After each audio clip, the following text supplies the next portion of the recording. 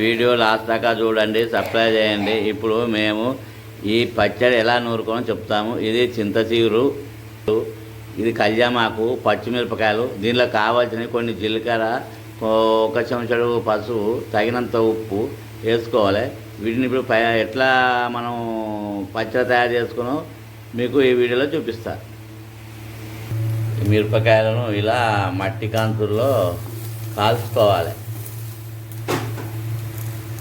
తీసి వేరే ప్లేట్ వేసుకోవాలి. జీలకర్ర ఎంచుకోవాలి దూరగా.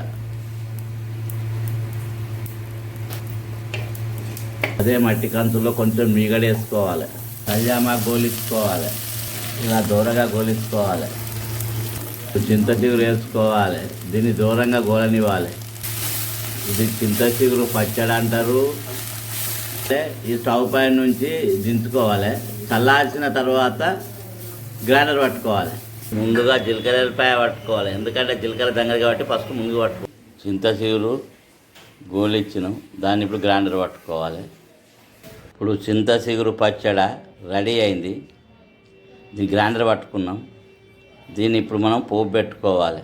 పండు పెట్టినాం, స్టవ్ పైన ఈ మట్టి కంతులు పెట్టినాం, అందులో కొంచెం మీగడ వేసుకున్నాం, పోపిత్తులు వేసుకోవాలి, కళ్యామాకు నలిచి వేసుకోవాలి, 2 ఎండుమిరపకాయలు వేసుకోవాలి. ఇలా దూరగా గోలించుకోవాలి.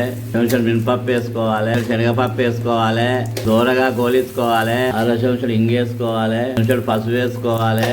రుబ్బుకున్న పచ్చడి ఇందులో వేసుకోవాలి. తగినంత ఉప్పు వేసుకోవాలి. ఒక నిమ్మకాయ పిండుకోవాలి. ఇది మొత్తం కలుపుకోవాలి. ఇప్పుడు స్టవ్ ఆఫ్ చేయాలి, దించుకోవాలి. పచ్చడి రెడీ అయింది, గుమగుమలాడుతుంది. వేడివేడి అన్నంలో కానీ చపాతీ కానీ తింటే చాలా రుచిగా ఉంటుంది. అబ్బా, మళ్ళీ మళ్ళీ కావాలనిపిస్తుంది. తిన్నా కొద్దీ తినాలనిపిస్తుంది.